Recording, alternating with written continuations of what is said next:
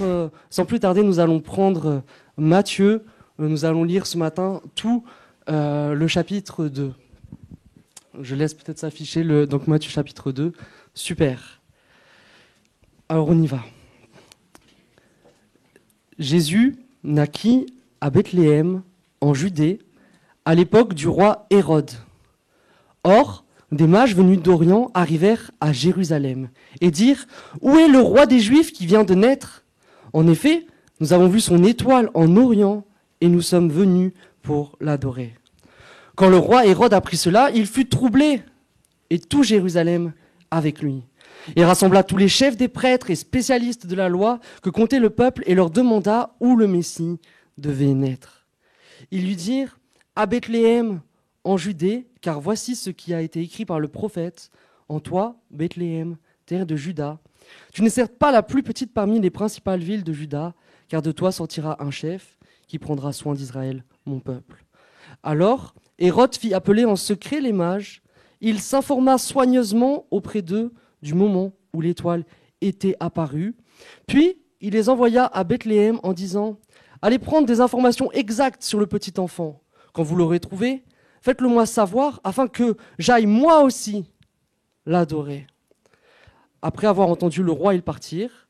L'étoile qu'ils avaient vue en Orient allait devant eux jusqu'au moment où, arrivée au-dessus de l'endroit où était le petit enfant, elle s'arrêta.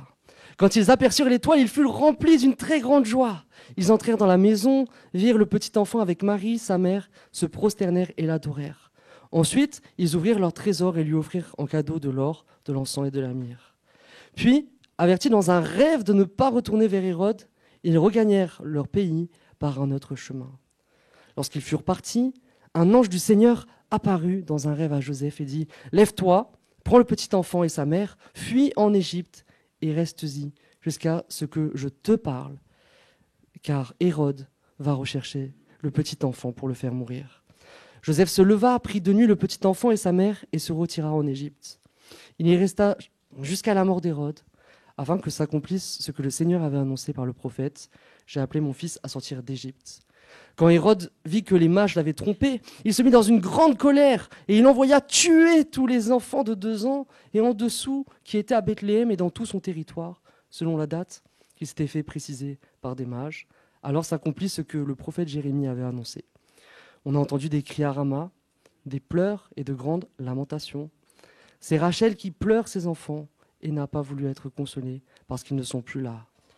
Après la mort d'Hérode, un ange du Seigneur apparut dans un rêve à Joseph en Égypte et dit « Lève-toi, prends le petit enfant et sa mère et va dans le pays d'Israël, car ceux qui en voulaient à la vie du petit enfant sont morts. » Joseph se leva, prit le petit enfant et sa mère et alla dans le pays d'Israël.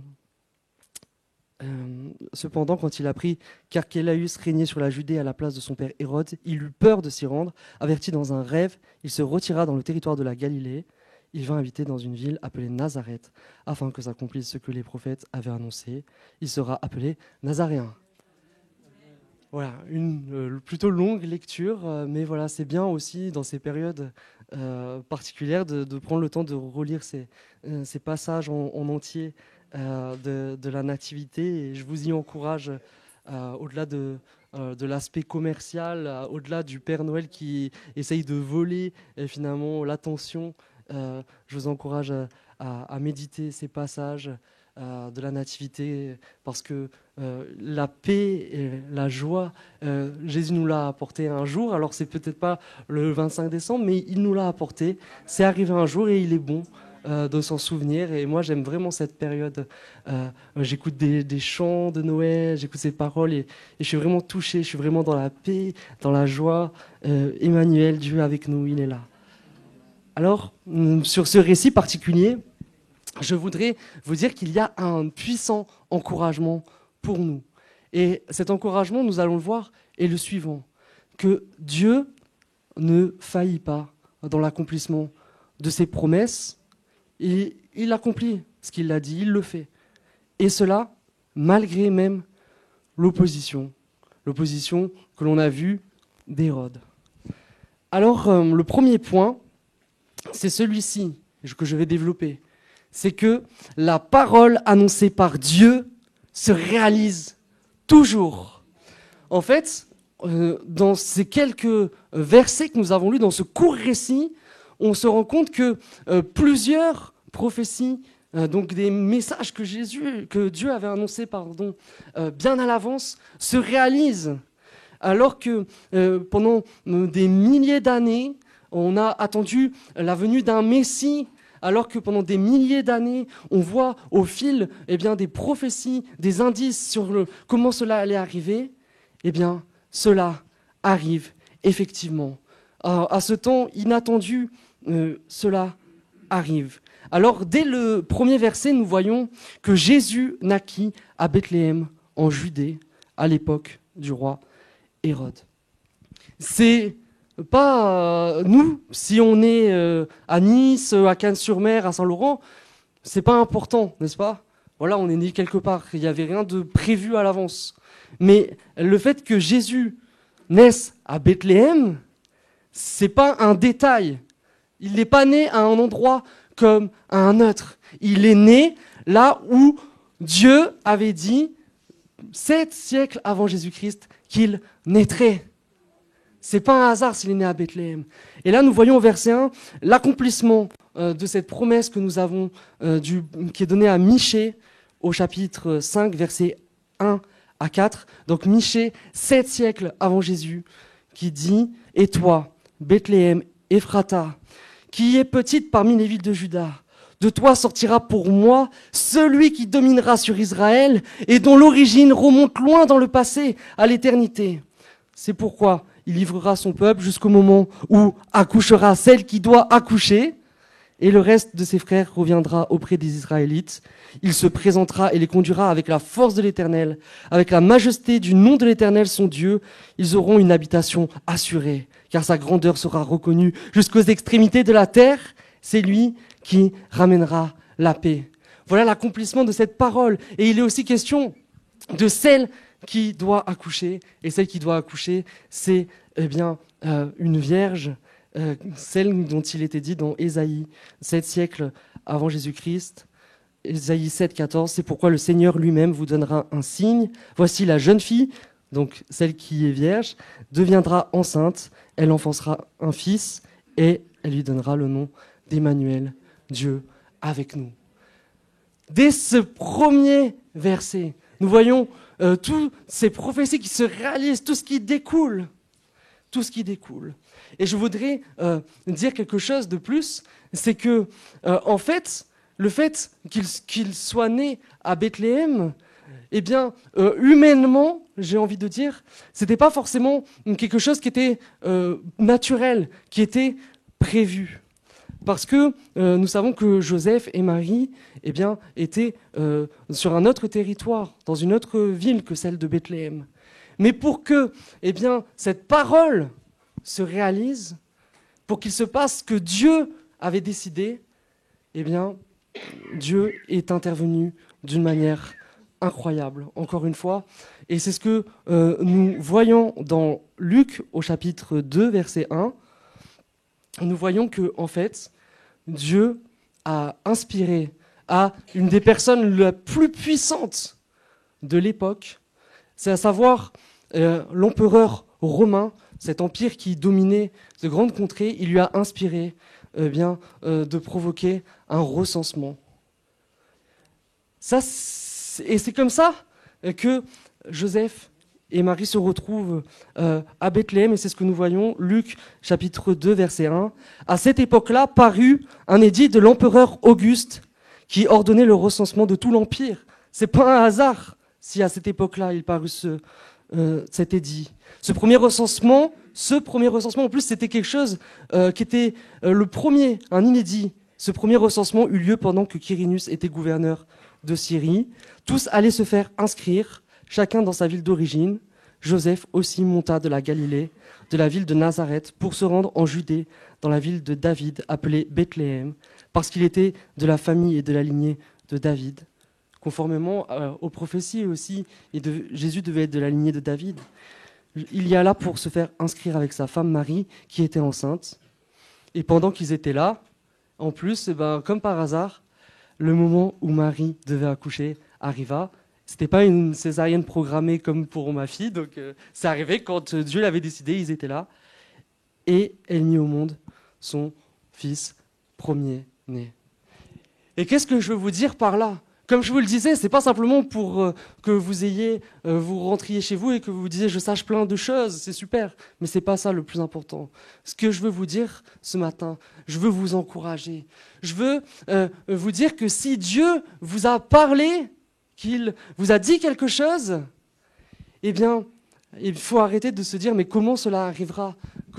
Il faut arrêter de se dire mais je ne vois pas comment Dieu va accomplir ce qu'il m'a dit vu les circonstances. Non, nous voyons dans ce passage que Dieu est capable de dire à un empereur quoi faire pour que ce que Dieu a prévu pour ta vie se réalise. Alors je te dis pas que Macron va t'appeler et va te dire voilà ton problème, et il va se résoudre, ou peut-être, mais peut-être Dieu est capable, et Dieu est capable de tout. Et ce que Dieu nous demande, c'est de lui faire confiance. La foi, vous le savez, frères et sœurs, eh bien, c'est cette confiance en la parole de Dieu. La foi, c'est de dire je ne vois pas comment c'est possible humainement. Mais mon Dieu tout-puissant, mon Dieu qui est souverain, mon Dieu qui règne, mon Dieu qui démontre au travers toute la parole qu'il est, et celui qui peut tout va l'accomplir. Soyons encouragés.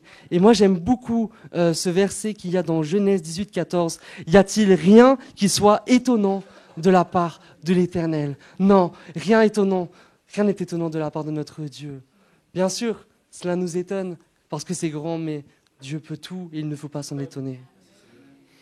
Alors, nous voyons tout au long de ce récit que nous avons lu, je retourne à ce récit, Matthieu 2, 15, il est dit que Joseph resta en Égypte jusqu'à la mort d'Hérode, et afin que s'accomplisse ce que le Seigneur avait annoncé par le prophète, j'ai appelé mon fils à sortir d'Égypte. Et là encore, nous avons la réalisation d'une parole qui a été prononcée par Osée au chapitre 11, verset 1, où il est dit « J'ai appelé mon fils à sortir d'Égypte ». C'est Osée, chapitre 11, verset 1.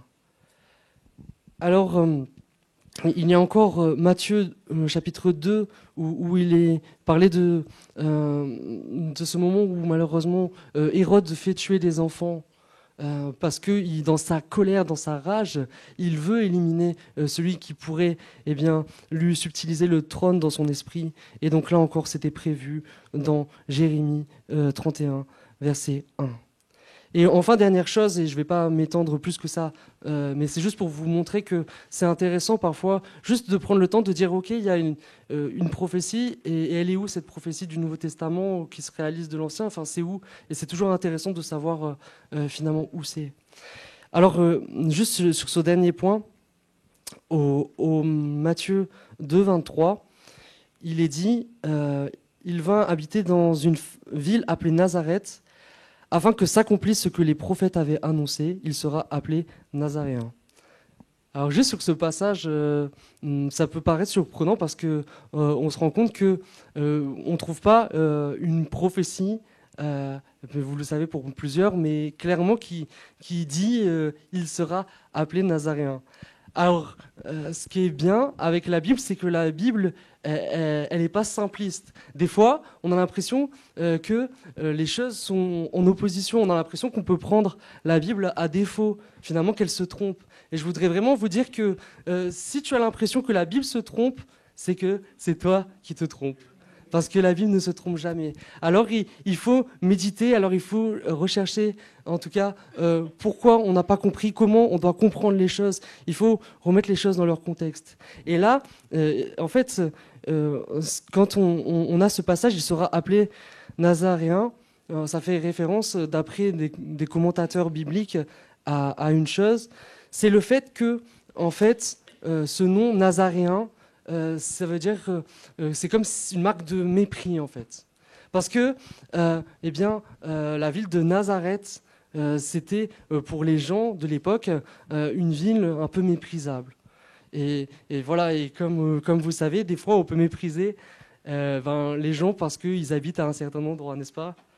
Et là, en fait, Jésus, on sait qu'il allait être méprisé. Dans Ésaïe 53, on sait qu'il allait être méprisé.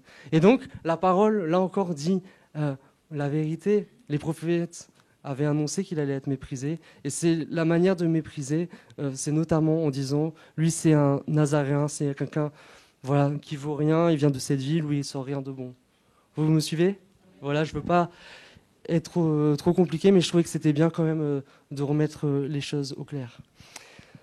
Alors, il y a une chose qui m'interpelle dans ce passage, et je crois qui nous interpelle tous dans ce passage que nous avons lu, c'est que les gens qui auraient dû être aux premières loges pour voir l'accomplissement de ces promesses, de ces prophéties, ces religieux, ce peuple juif qui attendait un Messie pour lui, finalement, il n'a pas été aux premières loges du tout.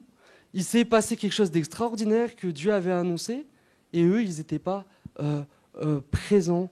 C'est ce que nous voyons dans ce passage, c'est que ce sont les mages, donc ce sont des savants qui sont venus d'Orient, on pense que c'est de Perse ou d'Arabie, qui étaient des non-juifs, c'est eux qui ont vu la réalisation de ces prophéties qui étaient annoncées depuis des milliers d'années. Est-ce que ça vous a pas interrogé? Comment ça se fait que c'était pas eux, normalement, c'était pas logique? Pourquoi c'était eux qui ont vu ces prophéties s'accomplir? Alors, je me suis interrogé et je me suis dit qu'au fond, peut-être que pour la plupart des gens, c'était plus une espérance vivante. Parce que comme on l'a dit, il s'est passé du temps avant que ces prophéties se réalisent. Et c'est vrai que le temps, quand Dieu a parlé, c'est dur, n'est-ce pas? C'est dur d'attendre. C'est dur d'être patient. Et là, peut-être que ces religieux, finalement, ou même ce peuple hébreu, avec le temps, il était fatigué d'attendre. Alors, il était plus disponible même pour entendre les signes annonciateurs de Dieu. Ce n'était plus une espérance vivante. Et peut-être même qu'avec le temps, ils avaient oublié ces prophéties. Ils les avaient reléguées dans les choses du passé. Et c'est ça qui me fait dire ça, c'est que, en fait, on voit que Hérode, il ne sait pas où va naître le Messie, mais en fait, Hérode, c'est le roi de la Judée, et donc il devrait savoir que les Juifs, ils attendent un Messie, et les Juifs, ça devrait être connu de tous, si c'était vraiment une espérance vivante, qu'il viendrait à Bethléem et qu'on l'attend, n'est-ce pas? On a l'impression dans ce passage qu'il est obligé de rassembler tous les chefs des prêtres, les spécialistes de la loi. On dirait qu'ils vont faire des recherches pendant des heures pour avoir la réponse à cette simple question que c'était à Bethléem. Et à mon sens, ça montre que ce n'était plus une espérance vivante. Et ce que je veux nous dire au travers de ça, c'est que, voilà, le temps passant, nous aussi peut-être Dieu nous a parlé,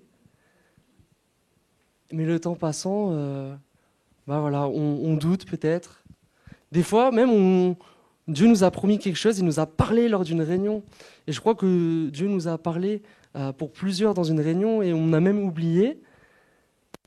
Et peut-être même que ça s'est réalisé, cette prophétie, cette promesse que Dieu avait faite, mais nous, on ne l'a pas vu. On ne l'a pas vu venir. Pourquoi? Parce que finalement, ça c'était il y a trop longtemps, on était passé à autre chose. Ou peut-être même qu'on allait vivre la chose que Dieu nous avait promise, mais que vu qu'on n'avait plus foi, et vu que finalement on n'en était plus digne parce qu'on n'y croyait pas, plus, c'est d'autres qui l'ont vécu. Et je trouve que c'est merveilleux sur ces mages d'avoir vécu ces choses. C'est merveilleux parce qu'ils ont aperçu l'étoile qui est arrivée au-dessus du lieu où il y avait Jésus. C'est eux qui ont reçu cette très grande joie. C'est eux qui se sont réjouis. Donc c'est bien pour eux, mais où étaient les religieux? Où était le peuple juif? Ils n'étaient pas là. Et vraiment, quand je veux en venir là, c'est que notre manque d'attente ne doit pas nous faire rater la réalisation des promesses de Dieu. Restons dans cette attente fervente, restons dans cette attente persévérante. Bien sûr, le temps passe, mais la promesse arrivera toujours. La promesse arrivera toujours au temps fixé par Dieu. Dieu fait toutes choses bonnes en son temps. Mais soyons au rendez-vous, frères et sœurs. Je veux être au rendez-vous. Alors mon deuxième point, ce matin, que je tire de ce texte, c'est que le diable, parce que vous allez voir, il s'agit aussi du diable dans ce passage, malgré tous ses efforts, malgré toutes ses manigances, il est réduit à l'impuissance devant Dieu. Et ça, c'est un grand encouragement pour nous.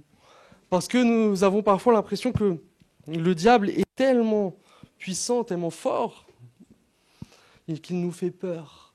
Mais ce que je veux dire, c'est que le diable ne peut rien devant Dieu. Il ne peut rien. Alors pourquoi je dis que ce passage s'applique au diable? En fait, ce que je voudrais dire, c'est que, en fait, dans la Bible, parfois des hommes qui semblent juste être des personnes normales comme tout le monde, elles sont des images. Ils sont des images du diable par leur comportement, par leur conduite. Et il y a des hommes comme ça dont il est question dans la Bible et qui, finalement, dans une certaine mesure, sont des incarnations de Satan. Et c'est ce que nous voyons dans ce texte, sachant une chose, c'est que vous connaissez parfaitement cette parole, nous n'avons pas à lutter contre la chair et le sang, mais contre les dominations, contre les autorités, contre les princes de ce monde de ténèbres, contre les esprits méchants dans les lieux célestes. Et face aux difficultés, face à l'épreuve, on a certes un humain devant nous, et peut-être que cet humain que nous avons devant nous cause du tort, nous fait du mal. Mais alors que nous sommes dans cette situation, eh bien, ne regardons pas plus loin que le bout de notre nez, mais réalisons que certainement que derrière cette personne qui nous cause du tort, eh bien, il y a des dominations, il y a des autorités, il y a le mal. Et je pense que c'est important aussi, pour ne pas se laisser envahir, peut-être même par la colère, etc., de se dire, certes, cette personne me fait du mal, mais j'ai identifié que cette personne me fait du mal parce que le diable se sert d'elle. Et quand on fait cette chose-là, quand on a ce discernement, et on ne prend pas les choses de la même manière. Peut-être que quelqu'un dit du mal de toi, des paroles très violentes contre toi. Je pense à ça, voilà, je sors un peu de mes notes. Et peut-être que tu l'as pris pour toi. Et tu dis, par exemple, quelqu'un dit tu es mauvais depuis toujours, et tu te dis chrétien, tu fais ci, tu fais là, et ça te touche. Peut-être que c'est une personne même proche de toi, ça te touche, tu t'interroges. Mais vraiment que le Seigneur te donne d'avoir le discernement, de reconnaître que la parole qui est prononcée contre toi n'est pas une parole de Dieu, mais une parole du diable qui se sert de cette personne. Tout ça pour nous apprendre à relativiser, à voir les choses avec plus de hauteur. Quoi qu'il en soit, dans ce passage, pourquoi Hérode est une incarnation dans une certaine mesure du diable, pourquoi il est une image du diable? C'est ce que nous allons voir. En apparence, seulement, c'est un homme qui est motivé par son désir de conserver le pouvoir. Vous l'avez vu avec moi, sa crainte, c'est que ce Messie, ce roi des Juifs, lui vole son trône. Et ça, c'est le point de vue humain. C'est un homme qui veut garder le pouvoir. De la même manière qu'aujourd'hui, nous voyons dans le monde entier des tyrans qui veulent garder leur pouvoir. Et donc, on va dire d'un point de vue humain, c'est juste des hommes qui veulent être riches, qui veulent s'enrichir. Poutine, etc. De notre point de vue, c'est ça. De la même manière que Hérode, c'était cela. Mais au fond du fond, on se rend compte qu'au-delà de ces motivations humaines, il y a une motivation satanique, diabolique. Et de la même manière, tous ces dictateurs que nous voyons, ayons aussi du recul en nous disant, c'est des gens qui sont motivés par le diable. C'est malheureusement des agents du diable. Et au fond, Hérode, sans s'en rendre compte vraiment, peut-être, il voulait détruire le Messie. Il voulait détruire ce Messie annoncé qui allait écraser la tête du serpent. Et on voit des traits communs de Hérode avec le diable. Le premier trait commun qu'il a avec le diable, c'est que c'est un usurpateur. Le diable est un usurpateur. Il veut prendre la place de Dieu. Il veut régner sur ce monde, alors que Dieu ne le veut pas. C'est un usurpateur et de la même manière. Hérode n'est pas de la lignée de David. C'est son trône, il l'a volé, son trône, il l'a obtenu en collaborant avec l'Empire romain. Voilà qui est Hérode et avec ce caractère d'usurpateur, il ressemble au diable. Nous voyons aussi que Hérode est comme le diable, c'est-à-dire qu'il agit dans l'ombre, il n'agit pas en pleine lumière. Le diable agit dans l'ombre et il est tellement malin que dans nos pays occidentaux, il fait croire qu'il n'est plus là. Les gens ils croient en toutes sortes de spiritualités, mais ils ne croient pas en le diable. Ils n'y croient pas. Et là, nous voyons que Hérode fit appeler en secret les mages. Hérode, il fait les choses en secret. Il a appelé les mages en secret pour s'informer auprès d'eux. Il fait les choses en secret. Il ne voulait pas attirer l'attention sur le fait qu'il allait peut-être faire du mal à ce Messie. Il fait les choses cachées. C'est ça, sa force quelque part. Peut-être que si tout de suite il avait annoncé devant tout le monde « Je veux tuer le Messie », eh bien, il aurait tout de suite été arrêté et on l'aurait tout de suite empêché de nuire. Il y aurait eu une révolte certainement à Jérusalem. Mais il a fait les choses en secret, à couvert. Nous voyons également que Hérode partage avec le diable le fait qu'il est menteur. Le diable est le père du mensonge. Et c'est vrai que nous, en tant que chrétiens, ayons toujours aussi cette chose que le père du mensonge, c'est le diable, ne mentons pas. Je pense ça comme ça, mais c'est vraiment un trait du diable de mentir. Les enfants de Dieu ne doivent pas mentir. Et je sais qu'il y a des débats en ce moment. Est-ce qu'il y a des mensonges qui sont tolérés? Parce que des fois, dans la Bible, on voit des hommes de Dieu qui ont menti, etc. Non, le père du mensonge, c'est le diable. Ne mentons pas. Et là, Hérode, comme le diable, son père, eh bien, il ment aux mages qui sont pleins de bonne volonté, aux mages qui veulent adorer le Christ. Il leur dit: quand vous l'aurez trouvé, faites-le moi savoir, afin que j'aille moi aussi l'adorer.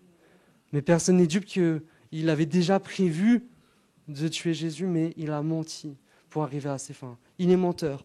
Nous voyons que Hérode partage avec le diable le fait qu'il est meurtrier.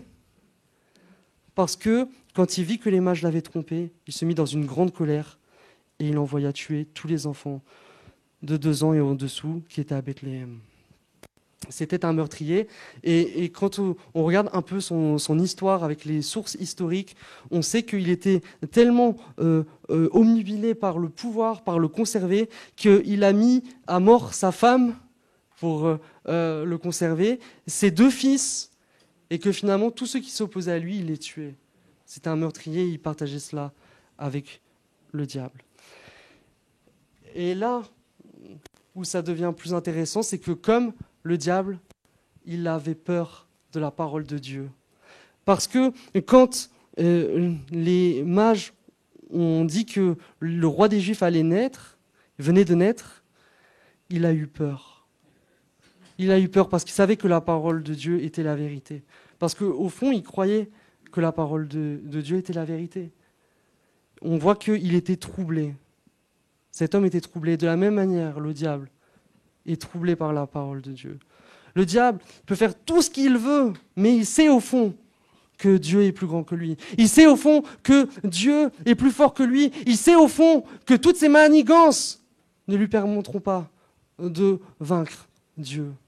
Et de la même manière, Hérode a été troublé. De la même manière que le diable, Hérode était limité. Dieu sait tout, mais le diable ne sait pas tout. Et cet homme, Hérode, il avait besoin d'aller à tâtons, de chercher désespérément des choses qui lui étaient cachées. Il voulait chercher ces choses qui lui étaient cachées, il ne les savait pas. Et ne croyons pas que le diable sait tout. N'ayons pas une peur incroyable du diable en se disant « il sait exactement tout ce que je pense, tout ce que je fais ». Non, Dieu te voit, ça c'est important. Dieu sait tout ce que tu penses, Dieu sait tout ce que tu fais. Mais le diable ne sait pas tout. Il ne sait pas tout et il est obligé d'utiliser ses démons pour avoir des informations, etc. Il ne sait pas tout. Et comme le diable, le roi Hérode était en colère parce qu'il savait que son temps était compté. Et nous voyons que quelque temps après, il est mort, Hérode. Et donc, Joseph a pu retourner où il devait retourner, avec Marie et avec Jésus. Et ce que nous savons, c'est que le temps du diable est compté. Peut-être qu'aujourd'hui, il rugit, peut-être qu'aujourd'hui même, il cause beaucoup de mal. Et le mal, il est réel. Nous ne voulons pas dire qu'il ne cause pas de mal. Et nous sommes conscients que même dans nos familles, il a pu faire du mal. Et il en fait encore aujourd'hui. Mais son temps est compté.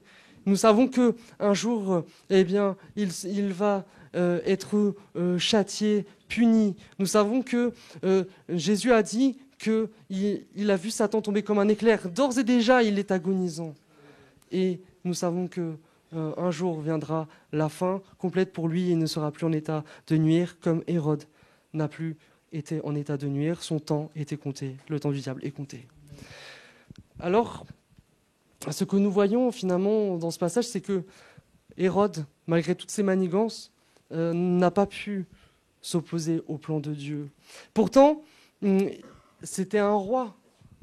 Pourtant, le pronostic était en sa faveur, puisque c'était un roi, et donc des sujets, peut-être des agents secrets, tout ce que vous voulez, contre un couple modeste, Marie, Joseph, contre ce bébé qui n'était pas n'importe quel bébé, bien sûr, qui était Jésus. Et ce roi était tenu en échec juste contre ce couple et ce bébé. Pourquoi ? Parce que Dieu l'a voulu ainsi. Et c'est un encouragement aussi pour nous de nous dire que Dieu est capable de faire mentir les pronostics. Peut-être que par rapport à cette promesse, peut-être que tu te sens petit, faible. Peut-être que tu as l'impression que c'est beaucoup trop gros pour toi. Mais dans ce passage, nous voyons que si Dieu le veut, un roi est tenu en échec pour nuire à un couple modeste et son bébé. Et ça, c'est un vrai encouragement pour nous. Alors comment Dieu a-t-il contré le diable dans ce passage ? Dans ce passage qui finalement est comme un duel qui se joue entre Dieu et le diable. Comment il le fait ? Il le fait avec ses qualités. Il le fait avec son omniscience. Parce que, comme nous l'avons dit, Dieu n'est pas surpris. Il savait déjà ce que le diable voulait faire au travers d'Hérode. Il savait toutes choses. Il le fait avec son omnipotence parce que Dieu peut tout accomplir. Il n'est pas limité comme le diable. Alors, dans ce passage, nous voyons qu'il est capable de prévenir par des rêves du danger. Et vraiment, c'est important de demander à Dieu de nous parler jour après jour, de s'attendre à ce que Dieu nous parle. Dieu est celui qui est capable pour te protéger. Dieu est celui qui est capable pour te diriger dans ses plans, de te parler même dans tes rêves. Dieu est celui aussi qui est capable de susciter finalement des alliés inattendus. Peut-être que tu peux te sentir seul, mais Dieu peut mettre des gens auprès de toi pour t'aider. Et finalement, c'est un peu ces alliés inattendus que nous voyons au travers des mages. Les mages, Hérode leur demande de retourner vers lui. Et en fait, les mages, quand ils ont trouvé Jésus, etc., parce qu'ils voulaient savoir où il était pour le tuer, et les mages ne le font pas. Et quelque part, ils permettent de protéger cette famille. Ils permettent de les protéger. Donc Dieu est celui-là. Et finalement, ce qui m'impressionne dans tout ce duel qui s'est joué entre Dieu et le diable, c'est que Dieu, au contraire du diable qui a tout fait dans le secret, Dieu a tout fait à la lumière. En fait, pour vous donner une image, c'est comme si dans ce duel, Dieu avait donc des cartes en jeu, il avait sa main et il avait révélé au diable sa main des années avant. Pourquoi je vous dis ça ? Parce que finalement, le diable, il avait des millénaires pour se préparer à la venue de Jésus. Dieu n'a pas caché complètement sa volonté. Dieu a dit qu'il naîtrait à Bethléem, comme on l'a dit. Dieu a dit qu'il naîtrait d'une vierge. Dieu avait donné plein d'indices Et le diable a eu des millénaires pour s'y préparer. Mais nous voyons que quand c'est arrivé, il n'a rien pu faire, peu importe que il le savait quelque part, au fond. Et il y a quelque chose qui me surprend aussi, c'est de me dire pourquoi les mages ont été à Jérusalem voir le roi Hérode. Puisque finalement, Dieu aurait pu les guider directement auprès de Jésus. S'il était capable, avec une étoile, de montrer toutes ces choses, pourquoi l'avoir amené à Jérusalem? Et je crois que Dieu voulait encore là démontrer quelque chose. Il voulait démontrer sa toute-puissance en ce que c'est comme si il avait été devancé le diable au travers ses mages et qu'il avait dit, voilà, mon fils est né, le Sauveur est né, il est à Bethléem, je te donne l'information, c'est maintenant, c'est le jour J, tu as eu des milliers d'années pour te préparer, c'est maintenant. Je crois que c'est ce que Dieu a voulu faire au travers de ce passage. C'est ce qu'il a voulu faire. Mais la chose qui est merveilleuse, c'est que même en ayant eu tous ces indices, le diable n'a rien pu faire. Même en sachant le jour, quasiment l'heure, le lieu, le diable n'a rien pu faire.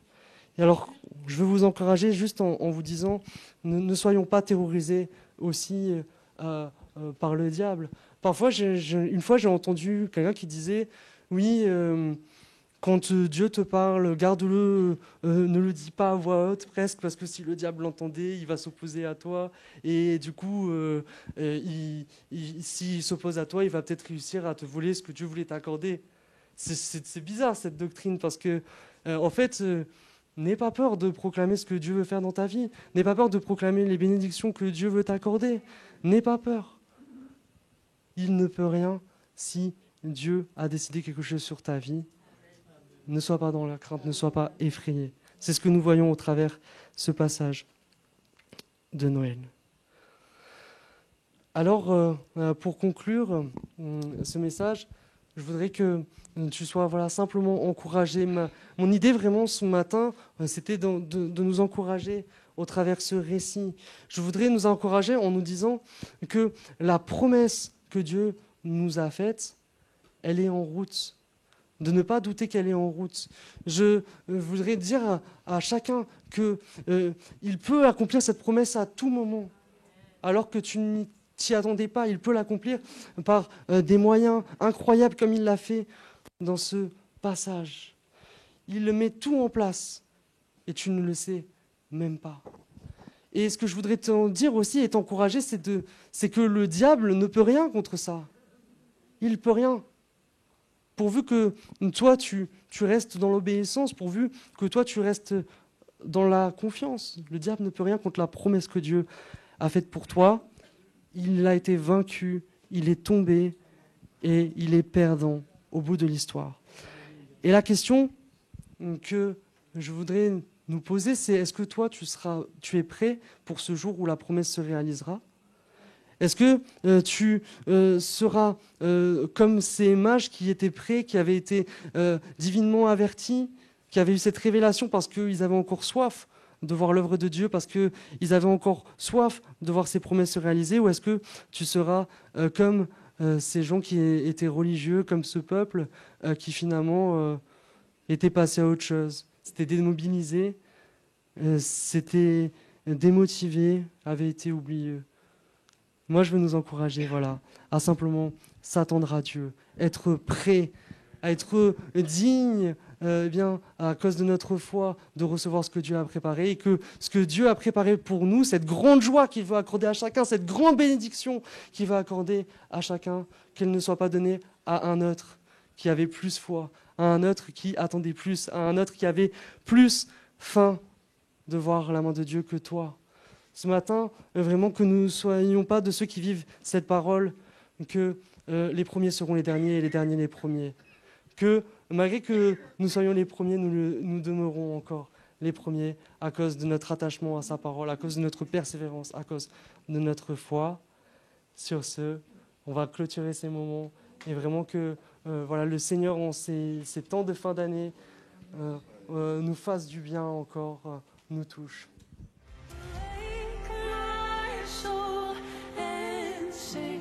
Sing his praise aloud, sing his praise.